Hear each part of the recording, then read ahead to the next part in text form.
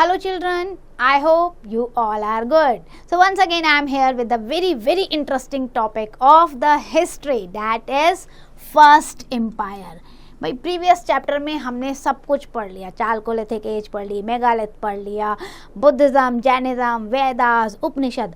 अब बारी आती है राजा और राज्यों की, बड़े बड़े एम्पायर की। एंड यू नो बेटा, फर्स्ट एम्पायर कहाँ से स्टार्ट हुआ था, कौन सा था, उसमें कौन कौन से राजा थे, that we are going to discuss in this chapter. So let's start. Previous chapter में हमने पढ़ा था जनपदास से mahajanapadas. Now mahajanapadas when increase their territory, so that become the empire. और महाजनपद में we have read about the Magadha, that Magadha was the most important mahajanapadas. और कैसे था, अगर आपको याद हो तो बिंबिसारा के बारे में मैंने बताया था, अजातशत्रु के बारे में। And after that Nanda dynasty overtake this, and then after the end of the Nanda dynasty, that is founded by Mahapadmananda, who became the powerful ruler of Magad. That we have to discuss. About this time there was a king called Alexander the Great. जब ये महापद्मनंदा dynasty चल रही थी ना, तो Alexandra the great, आपने सुना भी होगा, सिकंदर जो पूरा विश्व को विजय करने चाहता था, वो बहुत उस समय उनका बहुत नाम था। Defeating states in the Europe and west Asia, he enter to the Indian subcontinent in 326 BC। अब उन्हें लगा भैया भारत बचा है, इतने सारे देशों को हरा दिया, अब मैं भारत को भी हराऊंगा। पहुंच गए इंडिया। यहाँ आए तो अनफॉर्चुनेटली किंग पोरस जो थे वो उनसे हार गए। The king of the territory between the rivers Jhelum and Chenab, he wanted to advance and attack Magadha. अब पोरस को हराने में उन्हें काफ़ी टाइम लग गया था, लेकिन नॉर्थ से आए थे, नॉर्थ वेस्ट से, तो आपका जो झेलम चेनाब वाला एरिया है ना, वो पूरा का पूरा अलेक्जेंड्रा द ग्रेट के पास आ गया। अब उसे लगा थोड़ा और आगे बढ़ जाओ। आगे कौन था? मगध एम्पायर। मगध महाजनपद था, पावरफुल जनपद था, तो उससे जो है उनकी जो है क्लैशिंग हो गई, लड़ाई हो गई। अब his army was frightened to powerful Magadhan army, so he had to turn away। क्योंकि मगध को मैंने आपको पहले ही बताया, उनके पास एलिफेंट भी थे, चैरियट भी थे, फुट सोल्जर्स भी थे, नेचुरली ब्लेस्ड था। तो मगध की इतनी वास्ट और डाइवर्सिफाइड आर्मी को देखकर चलो वापस छोड़ो, यहाँ हमारा कुछ हो नहीं सकता, कभी ज़्यादा ना हो जाए गड़बड़। So Magadh was at that time much more powerful. This was the right time for such powerful Magadh to expand into an empire. ये सही समय था कि जब अलेक्जेंड्रा द ग्रेट सोच रहा है कि मैं मगध के साथ कॉन्फ्लिक्ट में आऊँ या ना आऊँ, लड़ाई करूँ या ना करूँ, तो मगध का ये अपने आप में बहुत बड़ा इन्फ्लुएंस था कि अब मैं अपनी टेरिटरी को और बढ़ा सकता हूँ। और दैट्स वाई मगध के जो उस समय के रूलर्स थे, they decided to expand the territory and convert the Magad into the great empire. Moving to the note 8, there is a legend when King Porus was defeated and brought before the victor in the chains. Alexander asked, अब आपको ये पता होना चाहिए, king porous को जब इन्होंने हराया था ना अलेक्जेंडर को, तो पूरा उन्हें पोरस को चेन में बांध कर अलेक्जेंडर के सामने लाया गया। तो अलेक्जेंडर क्या बोलता है? How should I treat you? तुम्हें मैंने हरा दिया ना, बताओ अब तुम्हारे साथ क्या करूं? तो पोरस ने चेन में बंधे हुए के भी अपना बोल्डली बोला, as king treats the another, मुझे एक राजा की तरह ही ट्रीट करो। मतलब उसने ये नहीं कहा कि भाई मुझे छोड़ दो, मैं हार मानता हूँ, प्लीज़ आप ऐसा करो, नहीं, एक राजा की ट्रीट करो। यानी कि एक राजा जब लड़ाई करता है तो अपना सर कटवा लेता है, लेकिन सर झुकाता नहीं है। अलेक्जेंडर को इतनी खुशी हुई ये बात सुनकर, उसने सोचा कि मैं इतनी लड़ाइयाँ लड़ते आ रहा हूँ, सब हार मान रहे हैं, मेरे आगे हाथ पांव जोड़ रहे हैं, गिड़गिड़ा रहे हैं, लेकिन ये बोल्डली खड़ा है, इसको अपनी मृत्यु से कोई डर नहीं है। तो अलेक्जेंडर ने पोरस को फ्री कर दिया, छोड़ दिया कि आपकी ब्रेवरी पे मैं खुश होता हूँ। तो ये भी आपको पता होना चाहिए that we are having the great ancestors. Now what are the source of information for these all stories और Magadh empire? We can know about the Mauryan ruler mainly from 3 books. 3 books में इसके बारे में बहुत अच्छा लिखा हुआ है। इंडिका जो कि आपकी मेगास्थनीज ने लिखी थी, Arthashastra written by the Chanakya and Mudrarakshasa written by the Vishakhadatta. These 3 books reveals the whole information of the Mauryan Empire. In addition, the Ashokan pillars and the rock edicts or archaeological evidences also reveal the more information for this empire. अब आप बोलोगे madam Magadh करते करते आप Mauryan empire के source के बारे में बता रहे हो, what is Mauryan empire? So story begins here. Chandragupta Maurya की बात करते हैं, वहां से आपको पता चलेगा कि भाई मगध मौर्यन एम्पायर में कैसे चेंज हो गया। As Magadh was a very powerful mahajanapada under the Nanda ruler, about this time the young man from the Mauryan tribe named Chandragupta Maurya joined the Nanda army. This ambitious young man soon became the commander of small part of army and gradually become the king. मतलब story ये भी कहती है कि भाई जो Nanda dynasty के ruler थे उसी में ये ट्राइबल का एक हेड था चंद्रगुप्त, और धीरे धीरे धीरे ये इतना पावरफुल बनता गया कि चंद्रगुप्त मौर्य ने ओवरटेक कर लिया मगध एम्पायर को। It was is the time that he met a young and wise Brahmin Chanakya, क्योंकि उसको सपोर्ट मिला था चाणक्य का। Who was angry with the Nanda rulers, क्योंकि चाणक्य जो थे ना बेटा बहुत डिप्लोमेट थे, बहुत ज़्यादा, बहुत वाइस पर्सन थे वो। तो नंदा रूलर्स के वो एडवाइज़र होते थे, महागुरु होते थे। लेकिन एक दिन नंदा रूलर्स ने उनका अपमान कर दिया, इसीलिए वो उनका राज्य छोड़कर निकल गए। और वहाँ से उन्होंने जब मिले वो चंद्रगुप्त से, तो चंद्रगुप्त में उन्हें वो सारी बात नजर आई कि अगर मैं इसे ट्रेंड करूँ तो ये नंदा रूलर्स को हराकर जो मगध को ओवरटेक कर लेगा। तो चाणक्य की गाइडेंस में चंद्रगुप्त जो है उन्होंने मगध को ओवरटेक किया था। So when Chanakya saw Chandragupta he saw his chance to take the revenge and that's why he guided and trained him various aspect. हर चीज़ में उसे ट्रेंड किया था, और यही कारण था कि चंद्रगुप्त ईजिली जो है नंदा रूलर्स को हरा के मगध को अपने कंट्रोल में ले लिया। अब देखो उन्होंने कितना बढ़िया लिखा है चाणक्य ने। ही rights the happiness of his subject is the happiness of the king. उन्होंने अपनी किताब में लिखा है कि अगर एक राजा खुश रहना चाहता है तो उसे खुशी तभी मिलेगी जब उसकी प्रजा, उसके लोग खुश होंगे। अच्छा राजा वही है जो अपने लोगों का ध्यान रखे। The good of his subject in his good, वो उसकी प्रजा जो है वो चाहे अपने राजा को प्यार करे कि भैया अगर हमारा राजा है तो हम हैं। What pleases him is not good for the king but what pleases his subject. राजा को हमेशा ये ध्यान रखना है कि उसे खुशी किससे मिलती है, नहीं उसकी प्रजा को खुशी किससे मिलती है, वो काम करने हैं। तो कितनी बढ़िया बात, यानी कि उन्होंने हमेशा लोगों के बारे में सोचा था। और आपको मैं बताऊं बेटा, चाणक्य's रियल नेम वॉज विष्णुगुप्ता। ठीक है, इन्हें विष्णुगुप्ता रियल नेम था। इन्हें कौटिल्य भी कहा जाता है। He was a teacher at Takshashila university. Brahman भी थे। He came to the Magadhan court to seek arms but was insulted at being ugly. अब क्या था, शुरू में वो एडवाइज़र भी रहे, फिर वो टीचर की तरह उन्होंने काम किया। तो एक दिन मगधन रूलर में आए थे, दरबार में नंदा रूलर्स थे। उन्होंने बोला कुछ यूनिवर्सिटी के लिए दान चाहिए, उन्हें जो है इंसल्ट करके भगा दिया गया। बस इसी पे उन्हें गुस्सा आ गया कि ये मगध को चलाने वाले हम गुरु लोग, हम इनको शिक्षा देते हैं और ये हमें मतलब इतना इस तरीके से इंसल्ट करते हैं। बस उन्होंने वहीं से डिसाइड कर लिया इस नंदा डायनेस्टी को मैं डिस्ट्रॉय कर दूंगा और मगध पे अब नए रूलर का शासन होगा। और ये सारा कुछ उन्होंने अपनी बुक अर्थशास्त्र में लिखा भी है। और अर्थशास्त्र is the fine book on the politics. आज भी वर्ल्ड में जितने फेमस पॉलिटिशियन है ना बेटा, वो कौटिल्य, चाणक्य या विष्णुगुप्त, 3 नाम है उनके, उनकी इस बुक अर्थशास्त्र को जरूर पढ़ते हैं। How to become the diplomats, कैसे आपको अपने रूल बनाने हैं, रेगुलेशन बनाने हैं कि सामने वाले को पता भी ना चले कि आपकी अगली चाल क्या है। सो एस्टैब्लिशमेंट ऑफ द एम्पायर की बात करते हैं। Invasion by the Alexander had weakened the kingdoms in the region now forming Punjab, Afghanistan. Chandragupta formed a small army of his own, occupied the territory of Punjab, became the king, consolidated his position, attacked Magda, हराया नंदा को। नंदा को हराने के बाद मगध चंद्रगुप्त के हाथ में, और चंद्रगुप्त के हाथ में आया तो मगध जो है ग्रेट एम्पायर में कन्वर्ट होने लग गया। और यही कारण था, धीरे धीरे धीरे वो एक्सपेंड करता गया territory and he earned the title of the emperor of the Bharat in 321 BC। He was now known as the liberator. इतना ज़्यादा वो लड़ते गया, जीतते गया, लड़ते गया, जीतते गया, इतना बड़ा किंगडम हो गया कि उसे एम्पायर का नाम दिया गया।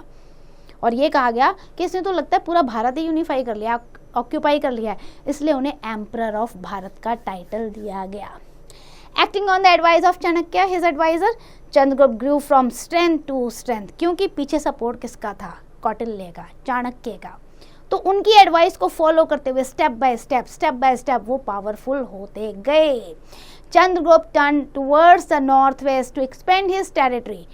Alexandra had left this territory after appointing his governor. Alexander ने क्या किया था? जो नॉर्थ वेस्ट का ये एरिया था ना, जिसको जीता था उन्होंने, पंजाब चिनाब वाला एरिया, वो वहाँ पर अपने उन्होंने एक गवर्नर छोड़ा, सेल्यूकस निकेटर, और आगे बढ़ गए, दूसरी जगह को हराने के लिए चल दिए। अब सेल्यूकस निकेटर वहाँ पे एक आर्मी के साथ था। चंद्रगुप्त ने क्या किया? उन पे अटैक कर दिया, सेल्यूकस निकेटर पे भी, और डिफीट कर दिया। Made him sign a humiliating treaty. As per the term, the treaty, Seleucus married his daughter to the Chandragupta. अब उनसे भाई उनको भी इंसल्ट किया कि कभी भारत में आने की सोचना भी मत, और अब हारे हो तो तुम्हारी बेटी की शादी मेरे से होगी, चंद्रगुप्त से शादी होगी। तो सेल्यूकस निकेटर जो कि गवर्नर थे अलेक्जेंड्रा के, वो हार गए, तो उन्होंने मजबूरी में अपनी बेटी की शादी चंद्रगुप्त मौर्य से कर दी। He also had to send his ambassador named Megasthenes to his court. और उन्होंने ये भी कहा कि आप अपना एक एम्बेसडर जो है हमारे एम्पायर में छोड़ोगे, तो उनका नाम था Megasthenes. He is the person who wrote the book indica. अब आप अगर मैप को ध्यान से देखते हो बेटा, यहाँ से आप स्टार्टअप करो तो ये पूरा एरिया चंद्रगुप्त जो मगध था पहले मौर्यन एम्पायर में कन्वर्ट हो गया। तो एक तरीके से पूरा इंडियन सब कॉन्टिनेंट उन्होंने, भारतवर्ष को यूनिफाई कर दिया था। With the whole north India now part the Mauryan empire. और ये Maurya empire first established empire कहलाया गया। और चंद्रगुप्त इसे नॉर्थ वेस्ट ईस्ट साउथ तक भी लेके चले गए। इतना बड़ा एम्पायर उस समय चलाना। तो ये चंद्रगुप्त मौर्य थे। As it best the Mauryan empire extended from Bengal to east, Hindu Kush to west, and from Himalaya to the Narmada river and south etcetera. So India came under one rule. अब यहाँ हजारों राजा नहीं थे, एक ही राजा था, and that too was the Chandragupta Maurya. और इसलिए इसे मौर्यन एम्पायर कहा गया, फर्स्ट एम्परर कहा गया। और इनकी कैपिटल थी पाटलिपुत्रा, जो कि अभी पटना है। तो पाटलिपुत्रा को इन्होंने अपनी कैपिटल बनाया। Now moving to the note, Arthashastra mention that the Mauryan emperors levied taxes on the people and expected tributes from them, which included James हो गए, गोल्ड, स्टोन, साउथ इंडिया से सिल्क क्लॉथ एक्सेट्रा। मतलब इन्होंने अपना सोर्स ऑफ रेवेन्यू बड़ा अच्छे से रख रखा था। भाई लोग जो काम कर रहे हैं उस काम के अकॉर्डिंग इन्होंने उन पर टैक्स लगा रखा था। और ऐसे लोग जो कैश नहीं दे रहे, जो काम कर रहे हैं वो चीज़ दे दें। अगर वो स्टोन का काम कर रहे हैं, ज्वेलरी का काम कर रहे हैं, गोल्ड का काम कर रहे हैं, सिल्क क्लॉथ का काम कर रहे हैं, ब्लैंकेट का काम कर रहे हैं, तो वही वो जाके जमा करा देंगे एज ए टैक्स। बिंदुसारा की बात करते हैं। चंद्रगुप्त मौर्य के बाद उनके बेटे बिंदुसार जो थे वो राजा बने and ruled 297 BC to 272 BC. He maintained the territory that he had inherited. इतना बड़ा एम्पायर जो चंद्रगुप्त मौर्य ने बिंदुसार को दिया था, उन्होंने उसे मेंटेन करने की पूरी कोशिश की। फ्रेंडली रिलेशन रखे आसपास के राज्यों से। आफ्टर हिम, उनके बाद उनके बेटे जो आए, जिन्हें हम अशोका द ग्रेट कहते हैं, उन्होंने बहुत अच्छे से रूल ओवर किया। He was the youngest greatest king of India at that time. अब अशोका द ग्रेट को पढ़ लेते हैं हम। Ashoka was born in 302 BC। ये आपको समझ में आना चाहिए, 1 मार्कर क्वेश्चन हो सकता है ये आपका। और he served as a kumara. Starting में राजा नहीं बनाया जाता था, जो प्रिंस होते थे ना उन्हें दूसरे स्टेट्स में एज ए गवर्नर अपॉइंट किया जाता था। सो उन्हें उज्जैन भेजा गया, तक्षशिला भेजा गया as a Kumara. After Bindusara's demise, उनकी डेथ के बाद वो आए और मौर्यन एम्पायर के थ्रोन पे वो बैठे 272 BC।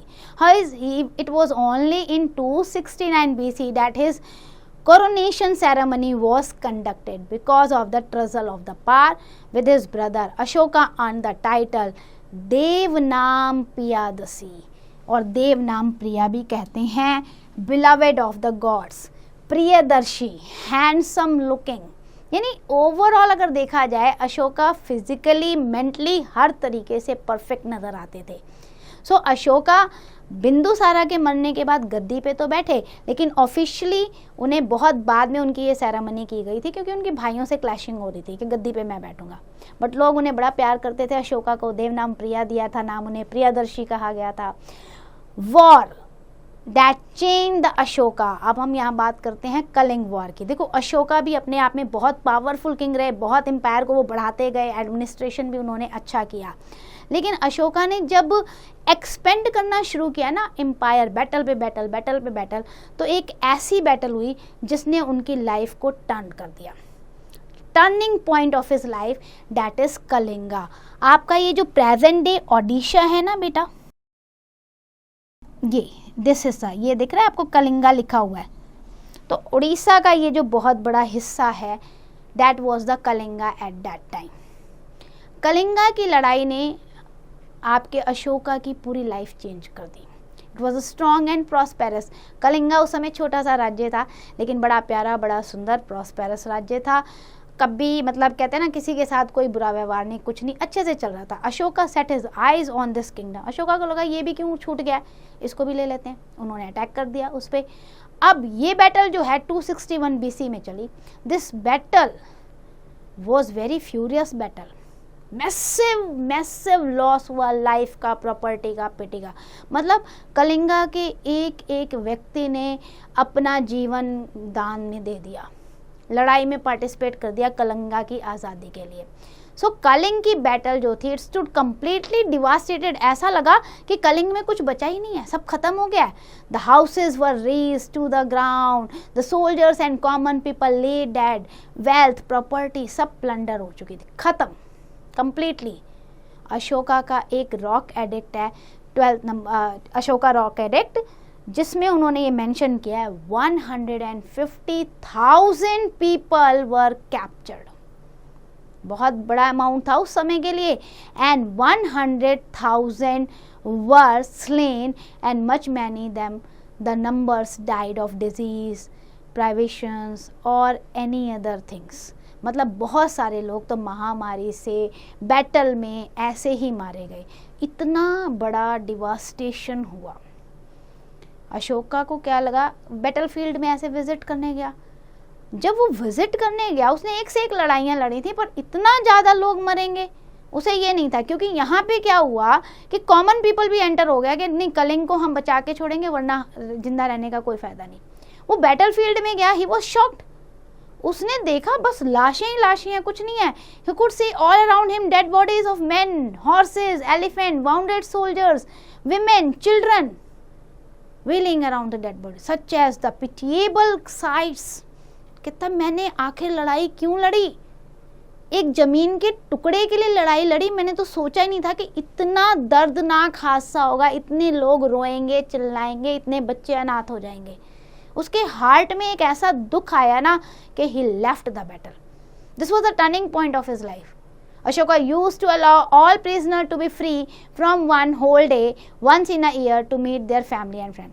अशोका की एक आदत थी, जैसे किसी को भी पकड़ के लाता था ना, जब लड़ाई होती थी तो जो कैदी पकड़ कर आते थे तो वो तो जेल में रहते थे, उनसे काम करवाया जाता था, लेकिन वो साल में एक बार उन्हें फ्री करता था कि एक बार अपने फैमिली मेम्बर से मिलाओ। So Ashoka was completely disturbed and shocked because of the war. Kalinga war ने तो उसे डिस्टर्ब करके रख दिया। उसको समझ ही नहीं आया कि वॉर होती क्यों है। अब उसे गुस्सा आने लग गया। ही हेटेड द वायलेंस। अब उसे वायलेंस से नफरत हो गई। उसने कहा बस अब बहुत हो गया, इतना बड़ा राज्य क्या करूँगा मैं इसका, लोग मर गए। उसको पीस चाहिए था, शांति चाहिए थी। And that was a time his guru Upagupta advised him to embrace Buddhism. उन्होंने कहा बुद्धम शरणम गच्छामि, बुद्धिज्म को फॉलो करो। और अशोका ने जब बुद्धिज्म की शिक्षाएं पढ़ी, नॉन वायलेंस को पढ़ा, तो उसे बुद्धिज्म को वो अडॉप्ट करता गया। And then Ashoka became the first king who gave up the war violence after the victory. तो ये पहला राजा था जिसने लड़ाई छोड़ दी और बुद्धिज्म को अपना लिया। So Ashoka went on the rulers for another 3 decades तक वो रहा राजा मौर्यन एम्पायर का अगले 30 सालों तक, लेकिन उसने 30 साल में कभी किसी पे अटैक नहीं किया, सबको अच्छी शिक्षाएं दी। उसने क्या किया, धम्मा महामतास को अपॉइंट किया कि भाई मैं ये शिक्षाएं दे रहा हूँ, पहले आप अडॉप्ट करो, समझो, उसके बाद भगवान बुद्ध की ये सारी शिक्षाएं अलग अलग जगह पे जाकर आप फैलाओ।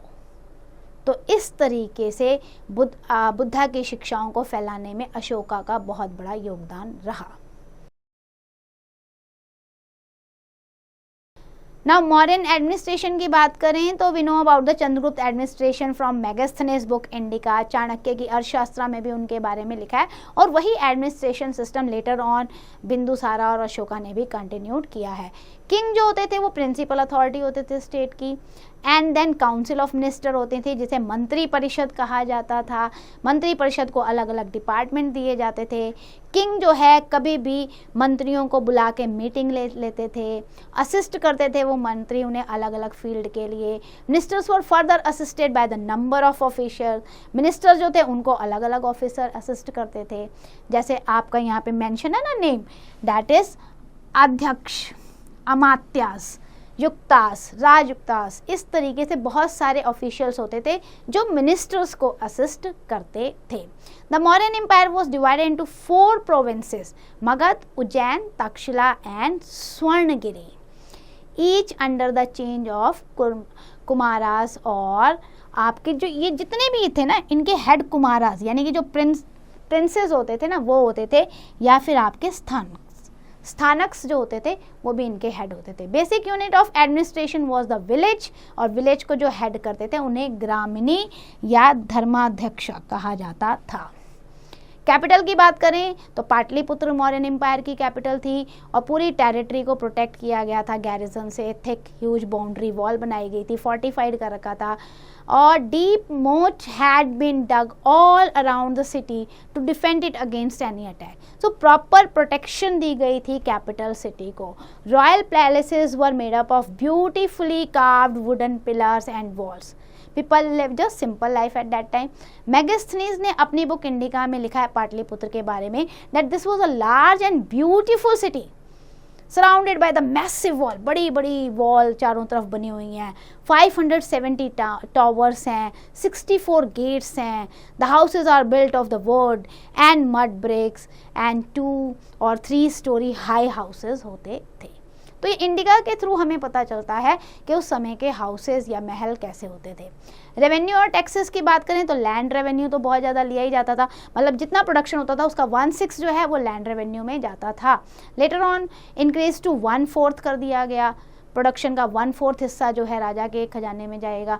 इन addition taxes were levied to the different occupation also.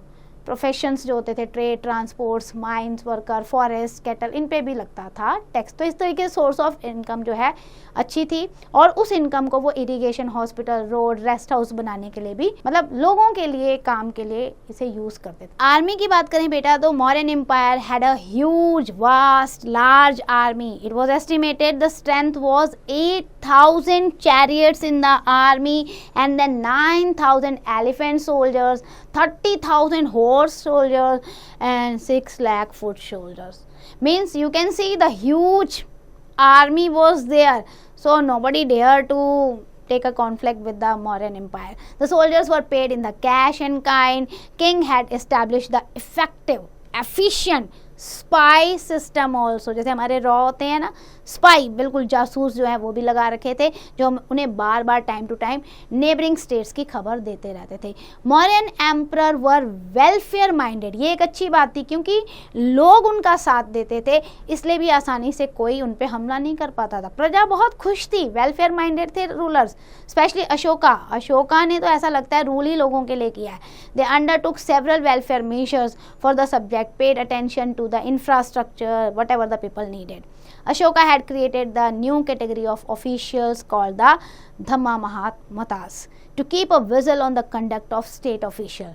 Report on incident of corruption. भैया तुम्हें देखना है कोई करप्शन तो नहीं कर रहा, स्टेट ऑफिशियल प्रॉपर वर्क कर रहे हैं कि नहीं कर रहे। और समटाइम्स तो वो ही चुपचाप इंस्पेक्ट करने के लिए डिपार्टमेंट में अचानक विजिट कर देता था किसी भी प्रोविंस में, कि भाई यहाँ पे काम सही चल रहा है कि नहीं चल रहा, विदाउट एनी अनाउंसमेंट अचानक विजिट हो जाती थी.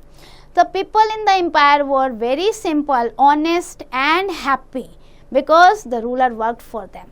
They lived in harmony, peace, without any discrimination. Ashoka treated his subject like his own children. वो प्रजा को अपने बच्चों की तरह प्यार करता था, इसलिए लोग उससे बहुत ज़्यादा खुश थे. अशोका के धम्मा की बात करते हैं. After Ashoka embraced Buddhism, he worked for his promotion. क्योंकि अशोका को ये लगा कि जो शिक्षा मुझे मिली है वो लोगों तक भी पहुंचनी चाहिए. So what he did, directed everyone to be a good human being first. वो शिक्षा देता था और अपने उसने महामता सा अपॉइंट कर रखे थे कि जाओ जगह जगह और बताओ लोगों को कि सबसे पहले आप अच्छे इंसान बनो. अच्छा, धम्मा जो है बेटा एक पाली वर्ड है. धर्म होता है ना, धर्म, धर्म का जो ये वर्ड है पाली लैंग्वेज में हम उसे धम्मा कहते हैं. अब उसने ये धम्मा की सारी शिक्षाएं फैला दी. It means respect for other, सबके रिस्पेक्ट करो, अच्छा विश्वास रखो, ह्यूमैनिटी में काम करो, नॉन वायलेंस, बिल्कुल ऑनेस्टी होनी चाहिए, और आप अपने पेरेंट्स के उनकी रिस्पेक्ट करो, टीचर्स की, एल्डर्स की, यंगर्स की, उनसे प्यार करो, हम्बल रहो, पोलाइट रहो, गुस्से में नहीं आना है, मारना नहीं है, किलिंग नहीं होनी चाहिए. तो उसने हमेशा right faith, right code of conduct लोगों को बताया कि धम्मा आपको यही कहता है, don't disrespect the other religion और अदर फेथ. आपको अपना धर्म प्यारा है, अपना विश्वास प्यारा है, ठीक है, लेकिन दूसरे को हानि नहीं पहुंचाओगे. अपने बारे में बताओ, दूसरे को कुछ नुकसान नहीं पहुंचाना. Pataliputra was a venue of the third Buddhist council during the Akbar rain.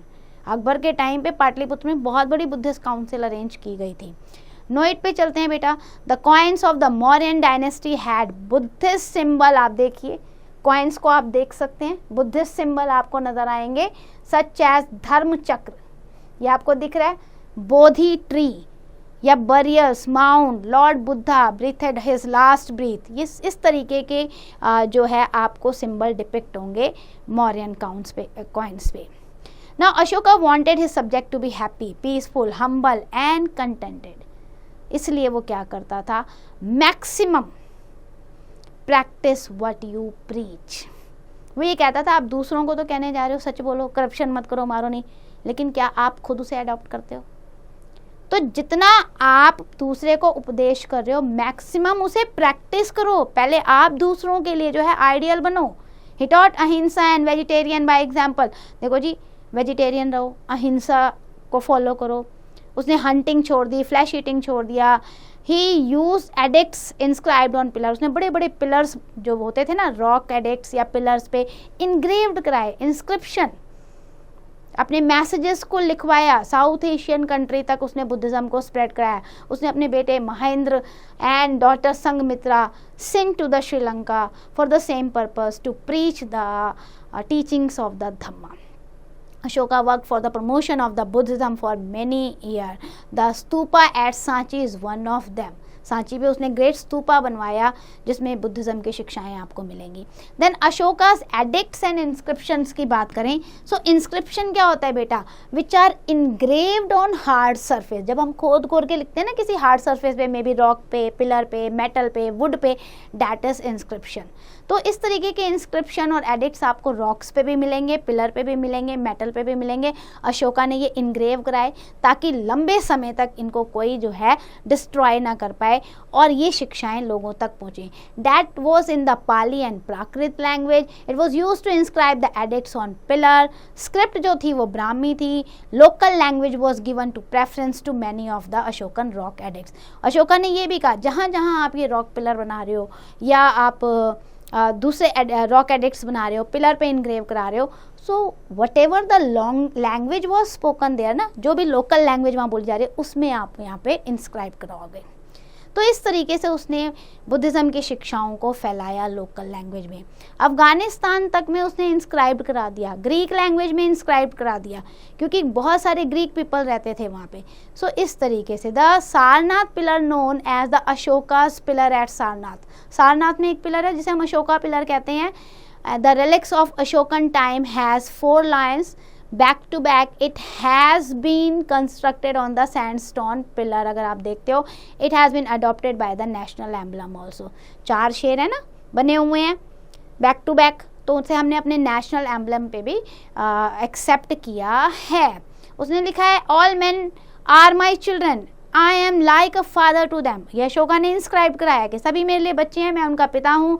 As every father desire good and happiness, जैसे हर पापा को लगता है ना, हर पिता को, कि मेरा हर बच्चा जो है खुश रहे, उसकी इच्छाएं पूरी हों, तो मैं भी यही चाहता हूँ कि मेरी प्रजा जो है वो खुश रहे। आर्ट एंड आर्किटेक्चर की बात करें, सो वेल नोन रेलिक्स तो अशोका ने बनाई हैं पिलर्स पे, रॉक एडिक्ट्स पे, बट आप देखोगे यहाँ आपको ये दिया हुआ है बुल कैपिटल, है ना, रामपुरवा बुल कैपिटल दी हुई है। Now it has been installed at the Rashtrapati Bhavan. कितना अच्छा आर्ट एंड आर्किटेक्ट वर्क आपको मिलेगा।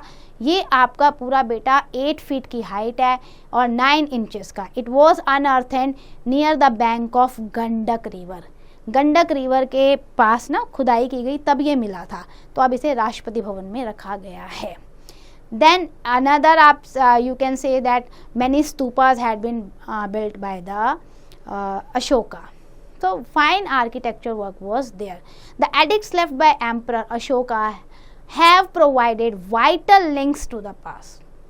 They reveal lots of information about the life and the times of Ashoka.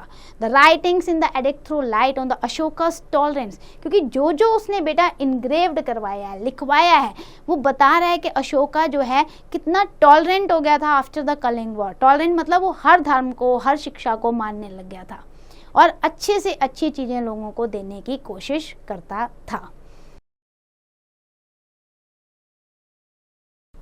Now, the Ashoka rule as they throw the light on the Ashoka's life, habit, values and ideas. अब जितना आप देखते जाओगे, जितना rock pillars को देखोगे, addicts को देखोगे, इंस्क्रिप्शन को देखोगे, आपको अशोका की लाइफ के बारे में पता चलता जाएगा। ये देखो, ये भी हमें एक मिला है, Ashoka and his queen as shown is Sanchi stupa. Sanchi आपका मध्य प्रदेश में है, वहाँ पे ये हमें मिला है।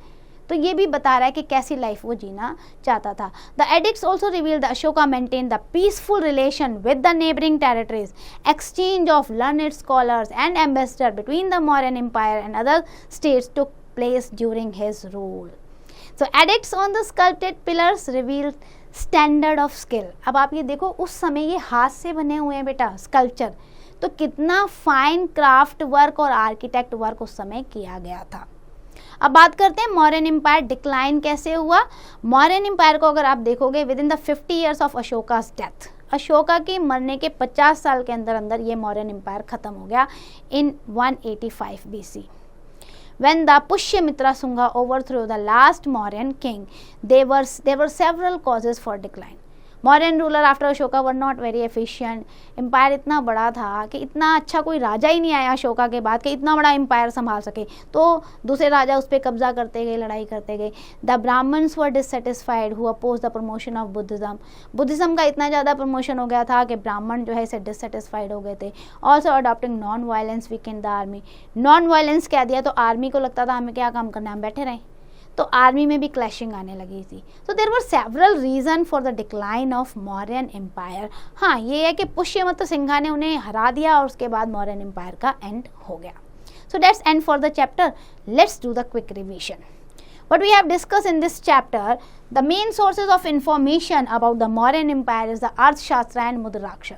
Then Chanakya was very intelligent advisor and guided the Chandragupta. Mauryan dynasty came into the power with the Chandragupta Maurya in 321 BC. Then Chandragupta, Bindusara and Ashoka, they were the three prominent rulers of Mauryan Empire. Death and destruction during the Kaling War, जो Kalinga battle हुई थी, it changed the life of the Ashoka. The Mauryan administration included many officials like अध्यक्ष आपको दिया हुआ है, अमात्यास हैं, युक्तास हैं, राजुकास एक्सेट्रा हैं। अशोका ने बहुत सारे रॉक एडिक्ट्स और पिलर्स को जो है इरेक्टेड कराया to spread, to promote his ideas of Dhamma. Ashoka also aided in spread of Buddhism in southeast country, especially in Asia. And the Mauryan dynasty declined because of the number of causes. Weak rulers थे, clashing बहुत ज़्यादा हो गई थी, इस वजह से ये decline हो गया। So I hope you understand each and every concept. That's end for the chapter. Please do the exercise carefully.